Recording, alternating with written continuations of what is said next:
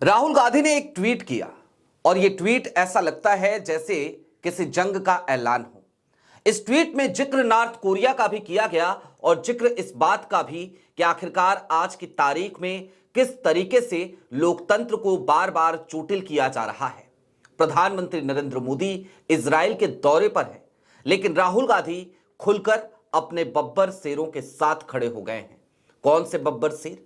Youth Congress का वो protest, उस प्रोटेस्ट के बाद होती हुई गिरफ्तारियां, हर गुजरते दिन के साथ आती हुई एक नई अपडेट और इन अपडेट्स के बीच में राहुल गांधी का खुलकर यह ऐलान कर देना कि हम यूथ कांग्रेस के साथ हैं, हम शर्मिंदा नहीं हैं, हम माफी नहीं मांगेंगे, हम लड़ाई लड़ेंगे। और ऐसे में मोदी जी के वो तमाम एजेंट्स, उन्हें भी साफ सूंघ गया है जो कांग्रेस के दफ्तरों में बैठकर बार बार कांग्रेस को गलत सलाह दिया करते थे। आज की तारीख में जरा खुलकर बात करेंगे, समझने की कोशिश करेंगे कि वो कौन लोग थे, वो ऐसा क्यों कर रहे थे और इस बार यूथ कांग्रेस प्रोटेस्ट के बाद भी किस तरीके से कांग्रेस के खिलाफ एक बड़ी साजिश रचने की पूरी तैयारी थी, जिसमें मोदी जी का वो इकोसिस्टम एजेंट्स वाला, कांग्रेस के भीतर स्लीपर सेल वाला, वो पूरी तरीके से फ्लॉप हो गया है। नमस्कार, मैं स्वप्निल और आप मुद्दा देख रहे हैं। दोस्तों, आगे बढ़ें उससे पहले वही छोटी सी अपील। मुद्दा इन दिनों एक गंभीर आर्थिक संकट से जूझ रहा है।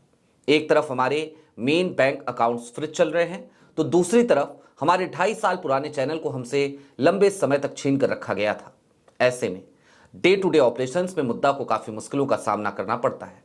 लिहाजा आपसे गुजारिश है, यदि आप चाहें तो स्क्रीन पर दिख रहे क्यूआर कोड या फिर के नीचे दिख रहे यूपीआई नंबर के जरिए मुद्दा की छोटी छोटी मदद जरूर कीजिएगा।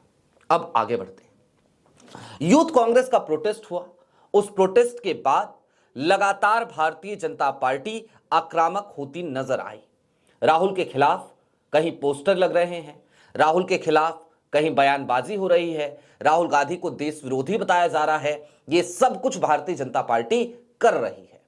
प्रेस कॉन्फ्रेंस पे प्रेस कॉन्फ्रेंस हो रहे हैं। वो भारतीय जनता पार्टी जो हरदीप पुरी का नाम एप्स्टीन फाइल में आने के बाद भी कुछ भी बोलने से कतराती हुई नजर आ रही थी। वो भारतीय जनता पार्टी जो अडानी साहब के ऊपर जो जांच चल रही है और जिसके लिए अब वो अमेरिका की कोर्ट में सेटलमेंट चाहते हैं, उस पर कुछ बोलने से कतराती हुई नजर आ रही है।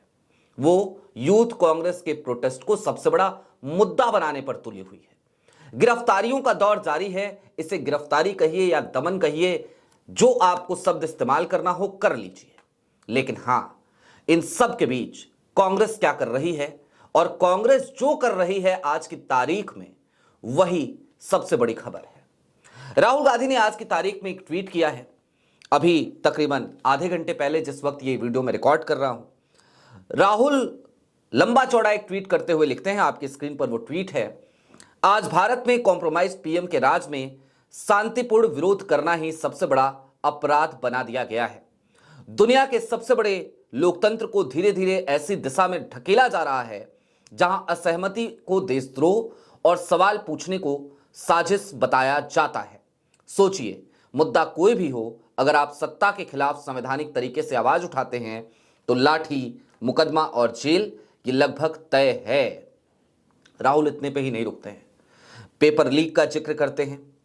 इसके अलावा वो महिला पहलवानों का जिक्र करते हैं। इसके अलावा आपको याद होगा कुलदीप सेंगर केस, उस केस का जिक्र करते हैं। पर्यावरण को लेकर के जिक्र करते हैं जब प्रोटेस्ट हुआ था। किसानों का जिक्र करते हैं, आदिवासी का जिक्र करते हैं और उसके बाद कुछ सवाल और उठाते हैं अपने इसी ट्वीट के अंत में, और इसमें नॉर्थ कोरिया का भी जिक्र आता है। राहुल अंत में कहते हैं, यह कैसा लोकतंत्र है जहां कॉम्प्रोमाइज्ड पीएम सवालों से डरते हैं, जहां असहमति को कुचलना शासन का स्वभाव बनता जा रहा है। शांतिपूर्ण विरोध अपराध नहीं, लोकतंत्र की आत्मा है। सवाल पूछना लोकतंत्र की कमजोरी नहीं, उसकी ताकत है। लोकतंत्र तब मजबूत होता है जब सरकार आलोचना सुनती है, जवाब देती है और जवाबदेह रहती है। मोदी जी, ये नॉर्थ कोरिया नहीं, भारत है। जब सत्ता खुद को राष्ट्र समझने लगे और असहमति को दुश्मन, तब लोकतंत्र मर जाता है। अब ये जो बात राहुल ने अंत में लिखी है कि नॉर्थ कोरिया नहीं भारत है, दरअसल इसकी बिटवीन द लाइंस को पढ़ने की जरूरत है। लेकिन उससे पहले जिक्र चूंकि मैंने कहा था मोदी के एजेंट्स को साफ सूंघ गया है, तो जरा आप यह समझिए कि मोदी के एजेंट्स का जिक्र मैं लगातार बीते 2 दिनों से क्यों कर रहा हूं। कुछ चेहरे ऐसे आज भी हैं कांग्रेस में जो कांग्रेस को बार बार गलत सलाह देने की कोशिश करते हैं। मसलन यूथ कांग्रेस के प्रोटेस्ट के बाद कांग्रेस का पहला ऑफिशियल स्टेटमेंट कि मुद्दा सही था लेकिन जगह गलत चुन लिया गया। हालांकि जिस वक्त यह ऑफिशियल स्टेटमेंट कांग्रेस का आया उसी वक्त पे पवन खेरा का एक वीडियो आ जाता है मंजरयाम पर और वो खुल करके यूथ कांग्रेस के साथ खड़े होते हैं। कांग्रेस के तमाम प्रवक्ता, कल न्यूज लॉन्चर पे मैंने अतुल लोंडे पाटिल जी से बातचीत भी करी है, वहां भी आप जाकर के देख सकते हैं। वो सुरेंद्र राजपूत, तमाम चेहरे वो खुल करके यूथ कांग्रेस के पक्ष में बयान देने लगते हैं। लेकिन जिस वक्त में ये सब कुछ चल रहा था, भारतीय जनता पार्टी को ऐसा लगा जैसे एक मौका मिल गया, उसी वक्त पे कांग्रेस के भीतर बैठा स्लीपर सेल भी एक्टिव हो गया था और कहीं उसी की परिणति थी शायद जो पहला ऑफिशियल स्टेटमेंट यूथ कांग्रेस के समर्थन में एक तरीके से नहीं आया था।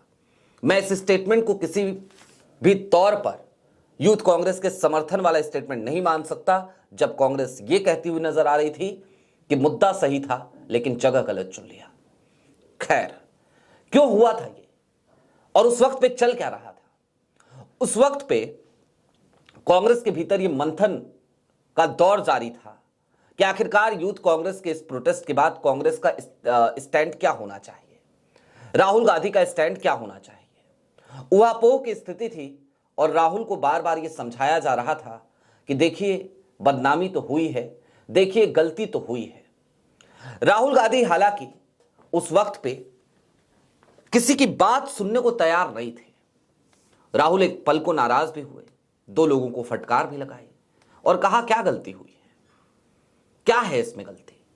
लेकिन फिर भी राहुल खामोश रहे। अगले दिन सुबह सुबह राहुल का एक ट्वीट जरूर आता है, लेकिन उस समय तक भी यह स्टैंड क्लियर नहीं था कि राहुल यूथ कांग्रेस के साथ खड़े होंगे कि नहीं होंगे।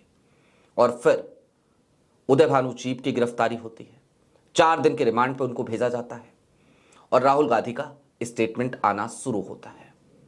वो समय और अब का समय, राहुल गांधी लगातार यूथ कांग्रेस के साथ खड़े हैं और राहुल के खड़े होते ही पूरी कांग्रेस यूथ कांग्रेस के साथ खड़ी है।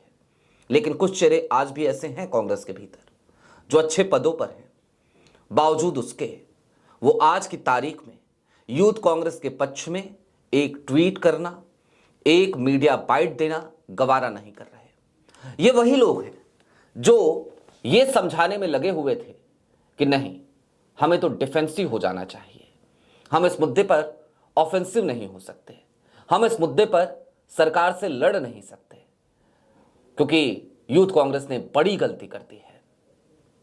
खैर, भला हो, कम से कम राहुल ने या कांग्रेस के आलाकमान ने उनकी सलाह पर ध्यान नहीं दिया। अब बात थोड़ी सी आगे बढ़ चुकी है। यूथ कांग्रेस के तमाम लोगों की लगातार जो गिरफ्तारियां हो रही हैं ना, और उसके बाद से जिस तरीके का अग्रेशन आज की तारीख में राहुल गांधी दिखा रहे हैं, जिस तरीके से कांग्रेस सड़क पे उतरने का ऐलान कर रही है, परसों की तारीख में आपने देखा होगा विक्रांत भूरिया ने तो यहां तक कह दिया कि भाषणबाजी बहुत हो गई, अब सड़क पे उतरना होगा। तो कांग्रेस यदि यूथ कांग्रेस के इस प्रोटेस्ट के बाद सड़क पे उतर रही है या उतरने जा रही है और उतरती हुई नजर भी आ रही है, कल की तारीख, परसों की तारीख में भोपाल, आज की तारीख में केरल में है राहुल, वहां पर भी वो खुलकर गरज रहे हैं, बरस रहे हैं मोदी सरकार पे। तो कांग्रेस के सड़क पे उतरते ही मोदी जी की हालत पस्त होनी तय है। राहुल गांधी ने भोपाल की रैली में यहां तक कह दिया किसान महापंचायत में कि मोदी जी इजराइल भाग गए, मेरे सवालों का जवाब नहीं दिया। क्या है राहुल के सवाल? क्या वो सवाल किसी दूसरे गोले के हैं? नहीं, इस देश के वो सवाल हैं वो जिन सवालों से इस देश के आम आदमी की रोजमर्रा की जरूरतें जुड़ी हुई हैं। इस देश के वो ज्वलंत मुद्दे हैं जो राहुल उठा रहे हैं, जिन मुद्दों से इस देश का किसान जुड़ा हुआ है। ये वो मुद्दे हैं जिन मुद्दों से इस देश की अर्थव्यवस्था जुड़ी हुई है, लेकिन सरकार जवाब देने को तैयार नहीं। और आज राहुल ने जो ट्वीट किया लंबा चौड़ा, उस ट्वीट में कहीं ना कहीं सीधा सा जिक्र इसी बात का था कि ये भारत है।